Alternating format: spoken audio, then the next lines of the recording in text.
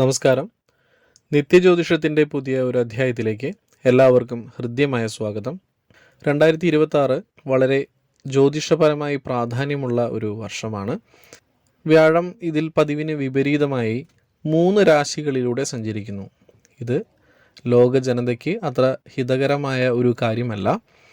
രാഹുകേതുക്കൾ വർഷാവസാനം രാശി മാറുന്നതിനാൽ ഈ ഫലം പറയുന്നതിൽ രാഹുകേതുക്കളുടെ രാശിമാറ്റത്തെ ഉൾപ്പെടുത്തിയിട്ടില്ല എന്നും കൂടി മനസ്സിലാക്കുക.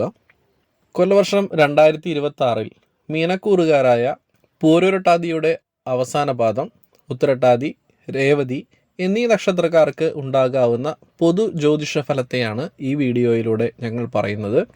വർഷത്തിലുണ്ടാകാവുന്ന എല്ലാവിധ ഗ്രഹമാറ്റത്തെയും വിശദമായി അപഗ്രഥിച്ച ശേഷമാണ് ഇവിടെ ഈ വീഡിയോ ഞങ്ങൾ ചെയ്യുന്നത്.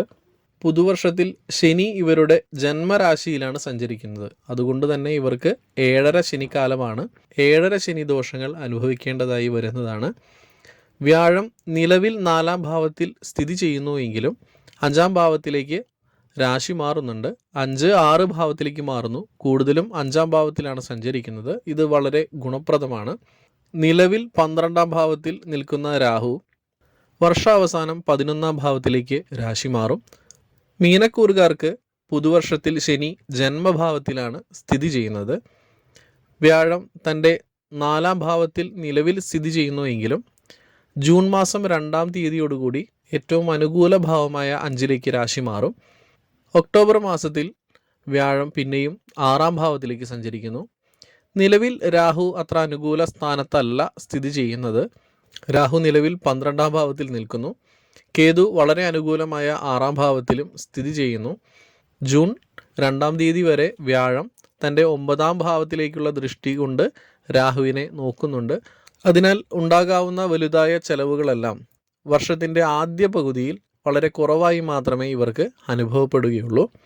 മീനം രാശിക്കാർ നിലവിലെ ശനിയുടെയും വ്യാഴത്തിൻ്റെയും രാഹുവിൻ്റെയും ദുസ്ഥാനത്തെ സ്ഥിതി കൊണ്ട് ഒരുപാട് കഷ്ടപ്പാടുകൾ അനുഭവിച്ച് വന്നിരുന്നവരാണ്.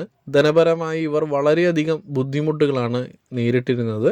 മാത്രമല്ല ശാരീരികമായി വളരെ വിഷമതകളും ജോലി സംബന്ധമായുള്ള പല വിധേനയുള്ള ബുദ്ധിമുട്ടുകളും ഇതുവരെ ഇവർ അനുഭവിച്ചു വന്നു കാണും. അത്തരം ദോഷങ്ങൾക്കുള്ള ഒരു പരിഹാരം എന്നോണമാണ് 2026 ആണ്ട് വരാൻ പോകുന്നത്. അതിൽ എടുത്തു പറയാവുന്നത് ഇതുവരെ ഇവർക്ക് ഒരുപാട് വിവാഹ തടസ്സങ്ങളെല്ലാം ഉണ്ടായിട്ടുണ്ടാകും. അത്തരത്തിലുള്ള വിവാഹ തടസ്സങ്ങൾ നീങ്ങുന്നതിന് പുതുവർഷം വളരെ അനുകൂലമാണ്. പ്രണയ സംബന്ധമായ കാര്യങ്ങളിൽ വളരെ മികച്ച തീരുമാനങ്ങൾ പുതുവർഷത്തിൽ ഇവർക്ക് ഉണ്ടാകും. ശനിയുടെ സ്ഥിതി നിമിത്തം ഇവർക്ക് വിദേശത്ത് പോകാൻ വളരെ അനുകൂലമായ ഒരു സ്ഥിതിയാണുള്ളത്. രാഹു 12-ാം ഭാവത്തിൽ നിൽക്കുന്നതിനാൽ വിദേശത്ത് പോകുന്നതിനും അവിടെ മികച്ച ജോലി ലഭിക്കുന്നതിനും വളരെ സാധ്യതയുണ്ട്. ശനി തൻ്റെ 10-ാം ഭാവത്തിലേക്ക് ദൃഷ്ടി ചെയ്യുന്നതിനാൽ ജോലി സംബന്ധമായി വളരെ ബുദ്ധിമുട്ടുകളെല്ലാം അനുഭവിക്കേണ്ടി വരും. എന്നിരുന്നാലും വ്യാഴത്തിൻ്റെ ദൃഷ്ടി നിലവിൽ ഇവർക്ക് 10-ാം ഭാവത്തിലേക്ക് ഉള്ളതുകൊണ്ട് തന്നെ ജോലി സംബന്ധമായുള്ള ദുരിതങ്ങൾക്ക് ഒരു ആശ്വാസം ലഭിക്കുന്നതാണ്.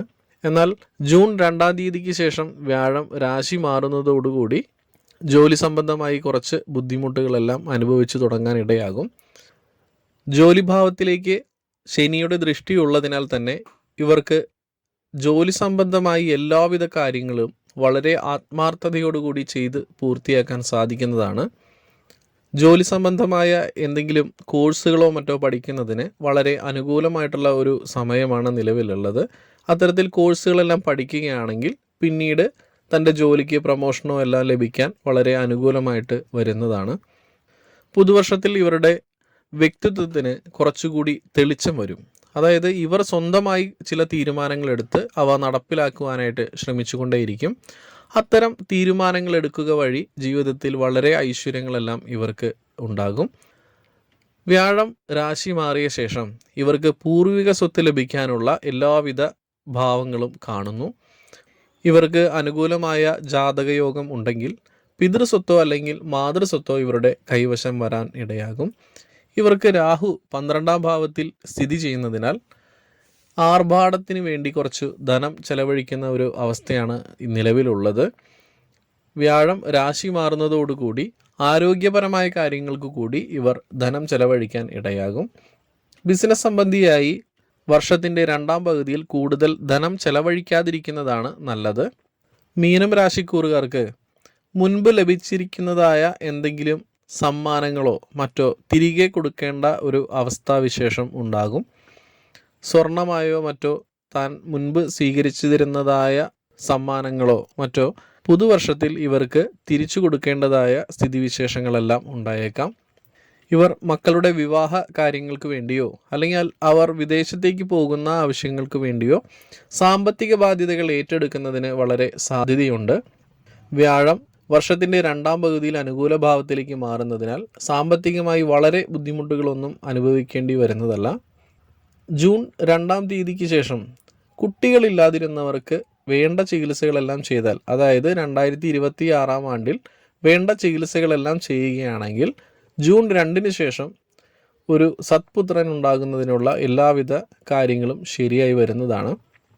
വ്യാഴത്തിൻ്റെ രാശിമാറ്റ ശേഷം മീനക്കൂറുകാരുടെ 9-ാം ഭാവത്തിലേക്ക് വ്യാഴത്തിന് ദൃഷ്ടിയുള്ളതിനാൽ ഇവർക്ക് അപ്രതീക്ഷിതമായി ലോട്ടറി, ഷെയർ മാർക്കറ്റ് പോലെയുള്ള പെട്ടെന്ന് ധനവാന്മാരാകാൻ സാധിക്കുന്ന മാർഗങ്ങളിലൂടെ ധനനേട്ടം സിദ്ധിക്കും.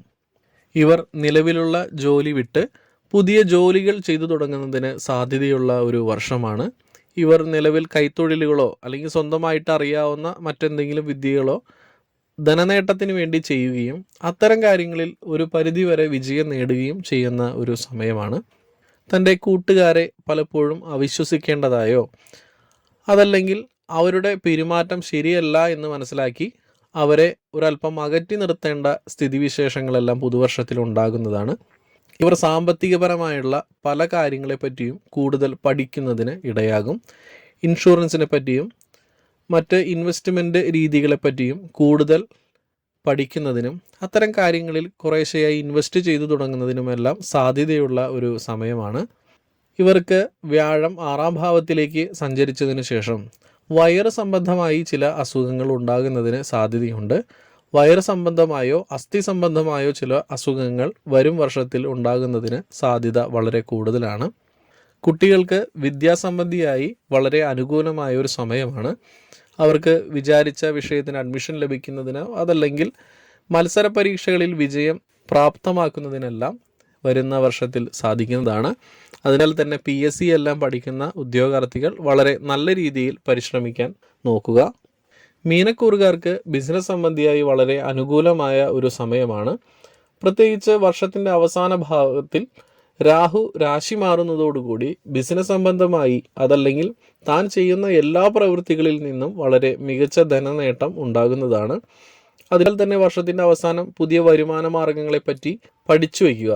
അതായത് വർഷാവസാനം രാഹുകേതുക്കളെല്ലാം അനുകൂലമാകുന്ന സമയത്ത് ചെയ്യുന്നതിനായുള്ള ബിസിനസ്സുകളെ പറ്റി ഇപ്പോഴേ നോക്കി വയ്ക്കുക. അത്തരം കാര്യങ്ങളെ പറ്റി കൂടുതൽ പഠിച്ച് അവ ചെയ്യുന്നതിനായി തയ്യാറായിരിക്കുന്നത് വളരെ നല്ലതാണ്. തൻ്റെ ആരോഗ്യ സംരക്ഷണത്തിന് വേണ്ടി ചില യോഗകളോ മറ്റോ പഠിക്കുന്നതും വളരെ അനുകൂലമാണ്. ഇവർക്ക് വർഷത്തിൻ്റെ 2-ാം പകുതിയിൽ തനിക്കിഷ്ടപ്പെട്ട വാഹനം വാങ്ങുന്നതിന് വളരെ അനുകൂലമായ സമയമായി മാറുന്നതാണ്. വലിയ തുക ലോണൊക്കെ എടുത്ത് സ്വന്തമായി വാഹനം വാങ്ങുന്നതിനും ഒരുപാട് വിനോദയാത്രകൾ അത്തരം വാഹനത്തിൽ പോകുന്നതിനുമെല്ലാം വളരെ സാധ്യതയുണ്ട്. ആത്മീയപരമായി വളരെയധികം ഉന്നതി ലഭിക്കുന്ന ഒരു കാലഘട്ടമാണ് 2026. കൂടുതൽ തീർത്ഥാടനങ്ങളെല്ലാം ചെയ്യുന്നതിനും താൻ ഇതുവരെയായിട്ടും പോകാൻ സാധിക്കാതിരുന്ന ചില ക്ഷേത്രങ്ങളിലേക്ക് ദർശനത്തിന് പോകുന്നതിനുമെല്ലാം വരും വർഷത്തിലിടയാകും. രാഷ്ട്രീയ മേഖലകളിൽ പ്രവർത്തിക്കുന്നവർക്ക് അത്ര ഗുണപ്രദമായ സമയമല്ല.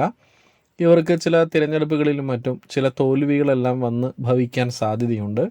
എന്നിരുന്നാലും പൊതുജനങ്ങളോടുള്ള തൻ്റെ പെരുമാറ്റം വളരെ മികച്ചതായി തീർക്കുവാനായി ഇവർ സദാ പരിശ്രമം നടത്തും. 2026 മധ്യഭാഗത്ത് വീട് പണിയുന്നതിന് വളരെ അനുകൂലമായ ഒരു സമയമാണ്. ഇവർക്കിഷ്ടപ്പെട്ട വീട് പണിയുന്നതിനോ അല്ലെങ്കിൽ തൻ്റെ പൂർവിക സ്വത്ത് ലഭിച്ച് അത്തരം പൂർവിക സ്വത്തിൽ സ്വന്തമായി വീട് പണിയുന്നതിനെല്ലാം ഇടയാകും. വീട്ടിലേക്ക് പുതിയ ഗൃഹോപകരണങ്ങളോ TVയോ അല്ലെങ്കിൽ അത്തരത്തിലുള്ള ഹോം അപ്ലയൻസസ് സാധനങ്ങളെല്ലാം വാങ്ങുന്നതിന് പുതുവർഷത്തിൽ വളരെയധികം സാധ്യതയുണ്ട്. താൻ വളരെ കാലമായി കാണണമെന്ന് വിചാരിച്ചിരുന്ന ചില സുഹൃത്തുക്കളെയെല്ലാം പുതിയ വർഷത്തിൽ അപ്രതീക്ഷിതമായി കണ്ടുമുട്ടുന്നതിന് സാധ്യതയുണ്ട്. മീനക്കൂറുകാർക്ക് പ്രധാനമായും രാഹുദോഷവും ശനിദോഷവുമാണ് പുതുവർഷത്തിലുള്ളത്. ശനിദോഷം തീരുന്നതിനായി ശാസ്താവിനെയാണ് ഭജിക്കേണ്ടത്. ശനി ദോഷപ്രദനായി നിൽക്കുന്നതിനാൽ ശനിയാഴ്ച ദിവസങ്ങളിൽ ശാസ്താക്ഷേത്രങ്ങളിൽ ദർശനം നടത്തുന്നത് വളരെ മികച്ചതാണ്. രാഹുദോഷം തീരുന്നതിനായി രാഹുവിൻ്റെ ദേവതയായ ദുർഗാദേവിയെ പ്രാർത്ഥിക്കുന്നതും ഇവർക്ക് പുതുവർഷത്തിലുണ്ടാകാവുന്ന എല്ലാവിധ ദോഷ ദുരിതങ്ങളെയും മാറ്റി മികച്ച ഐശ്വര്യം ലഭിക്കുന്നതിന് ഇടയാക്കും. നിങ്ങൾക്ക് എൻ്റെ വീഡിയോ ഇഷ്ടമായാൽ ലൈക്ക് ചെയ്യാനും ചാനൽ സബ്സ്ക്രൈബ് ചെയ്യാനും മറക്കരുത്. കൂടാതെ നിങ്ങളുടെ ജ്യോതിഷപരമായുള്ള എല്ലാവിധ സംശയങ്ങളും കമൻ്റായി രേഖപ്പെടുത്താനും മറക്കരുത്.